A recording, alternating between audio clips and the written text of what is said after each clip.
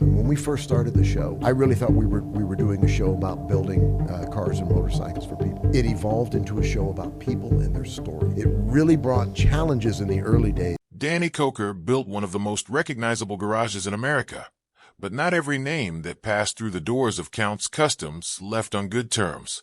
Over more than a decade on air, Counting Cars introduced fans to a rotating cast of mechanics, detailers, artists, and office staff. And while most of them are remembered fondly, a handful left behind stories that still get debated by fans today. Some of those exits involved real lawsuits and criminal charges. Others involved nothing more than rumor, speculation, and a cast member who simply got tired of the cameras.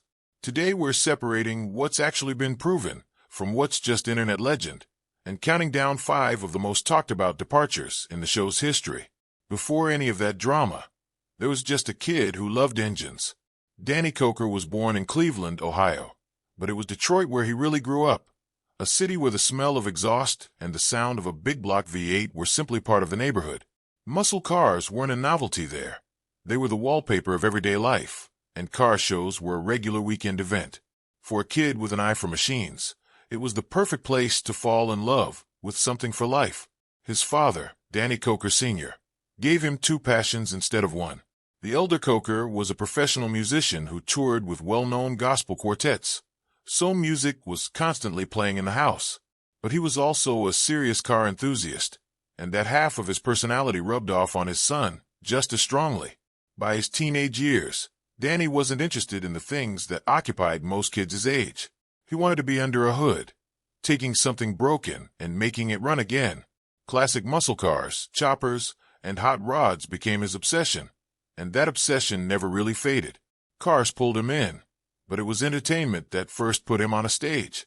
In the early 1990s, Danny relocated to Las Vegas, and it didn't take long before his personality found an outlet beyond the garage. He became a local television fixture known as Count Cool Rider, hosting a late-night horror movie block dressed like a leather-clad rock and roll vampire. It was campy, it was over the top, and it made him a minor local celebrity years before national fame ever entered the picture. Even while playing a character on late-night TV, Danny never stopped wrenching. He opened a small custom shop, originally just to maintain his personal collection of vehicles, and called it Count's Customs. Word about his builds started to spread around Vegas. He wasn't interested in cookie-cutter restorations.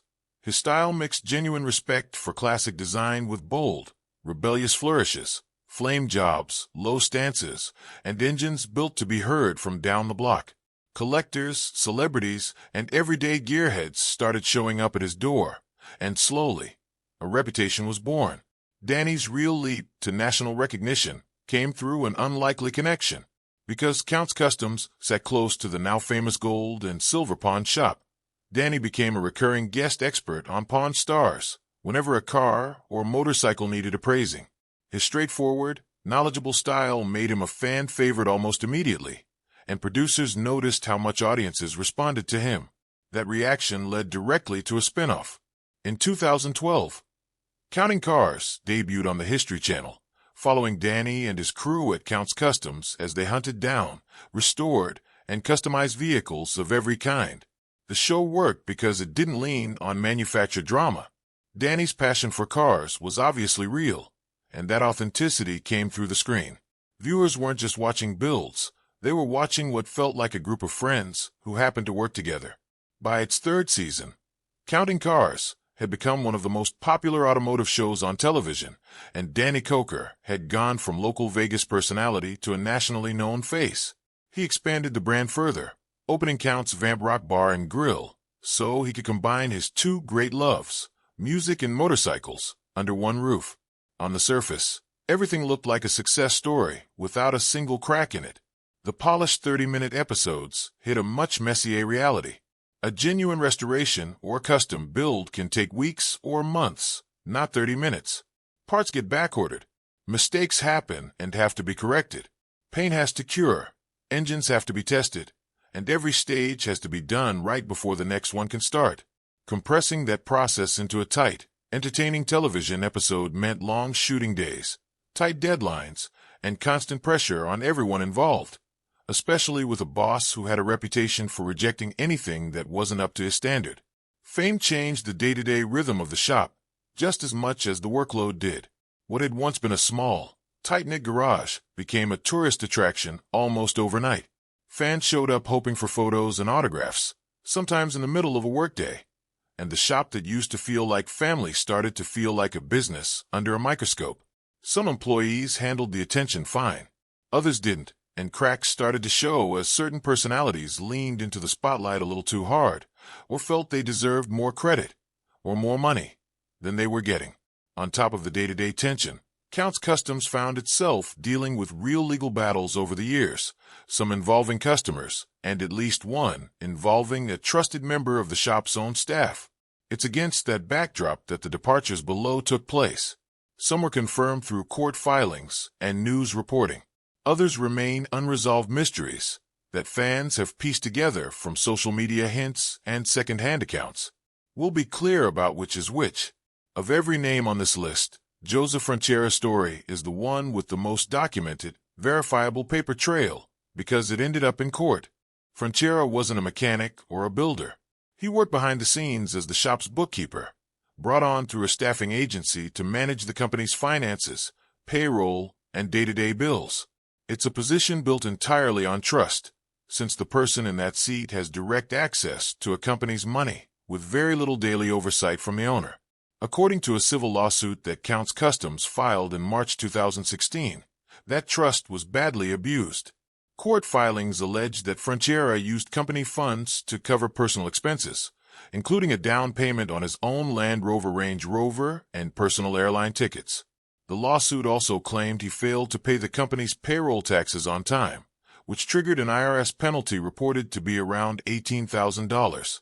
Perhaps most strikingly, the filing accused him of having signature stamps made in the names of Danny Koker and another company officer so that checks could be authorized in their absence, a detail that, if true, shows a level of premeditation well beyond a simple bookkeeping mistake.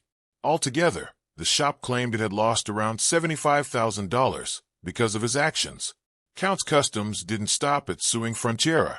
The company also named the staffing agency that had placed him, Randstad Professionals, as a defendant, arguing the firm failed to disclose that Frontiera had a prior history involving embezzlement allegations from an earlier employer. On the criminal side, Nevada prosecutors charged Frontiera with felony theft connected to the alleged conduct. Reporting from the time also noted that Frontiera's own attorneys pushed back, filing a countersuit disputing the claims and arguing there wasn't sufficient evidence to support the original allegations. So at least part of the legal fight was genuinely contested, rather than a simple open-and-shut case.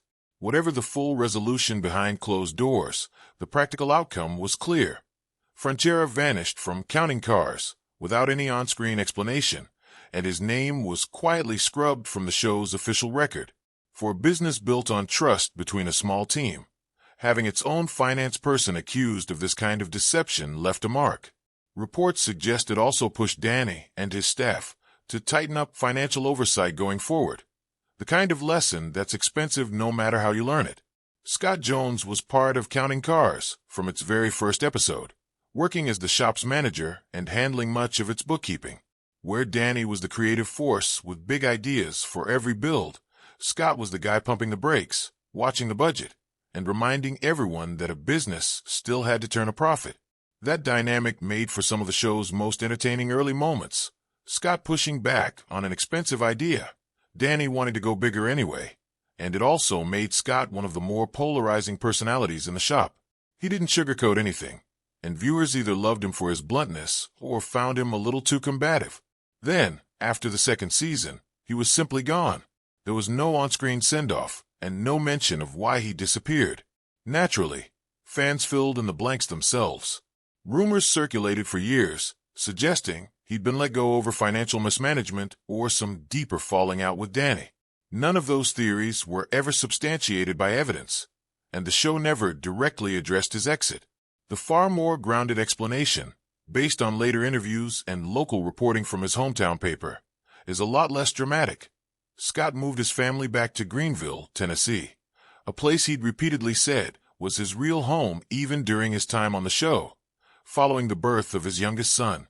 He'd previously worked at a Greenville repair shop called Koker's Extreme Automotive before Danny hired him, and after leaving Counting Cars, he went right back to it. Local coverage from the Times shows him being welcomed back warmly by his old boss and by Counting Cars fans in the area who came out for meet and greets. He's also made appearances connected to the Koker family's later television work. In other words, the loudest rumors about Scott's exit don't appear to hold up against what's actually been reported. It looks far more like a family choosing a quieter life over a television career than any kind of scandal. Proof that not every mysterious cast disappearance has to hide something sinister. Rolly Sabo, sometimes credited as Rolly Sabo, was one of the most beloved personalities to ever appear on Counting Cars. As the shop's lead detailer, he was responsible for making sure every finished vehicle left the garage looking flawless. But fans loved him for far more than his technical skill.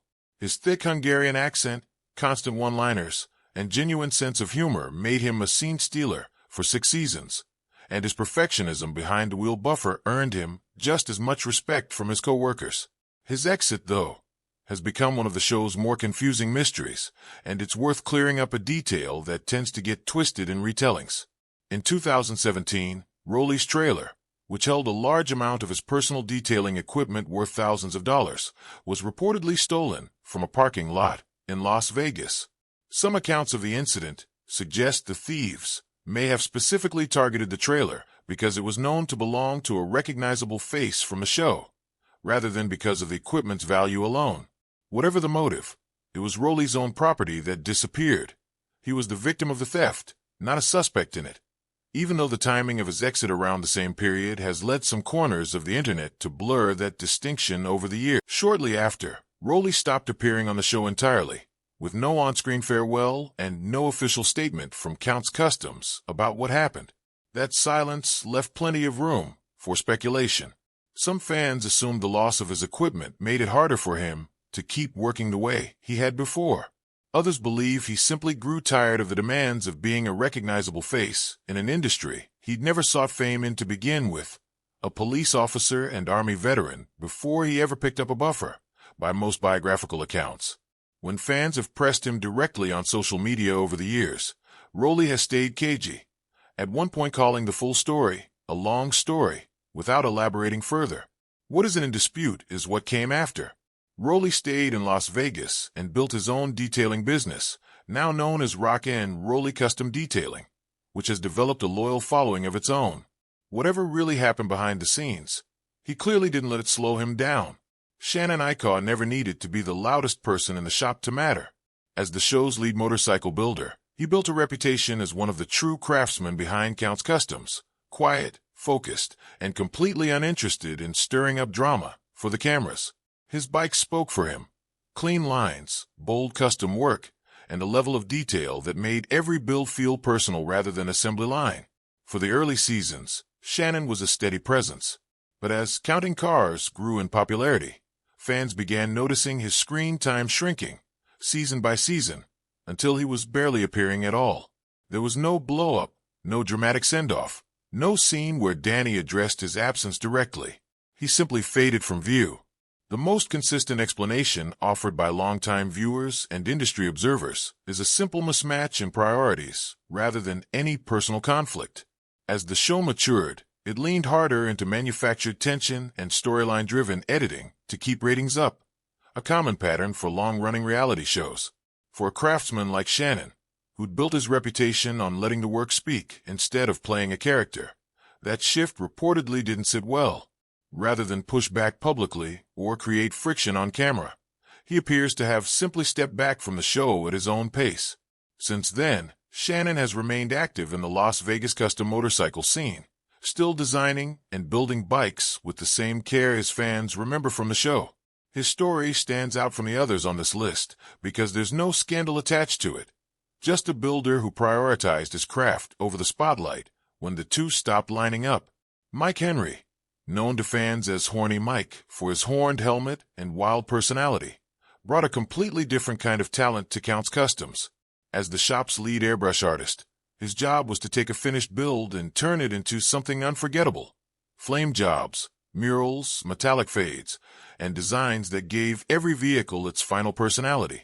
With a background in custom paint and 3D sculpting before he ever joined the shop, Mike had a genuine artistic pedigree, and Danny gave him plenty of creative freedom early on.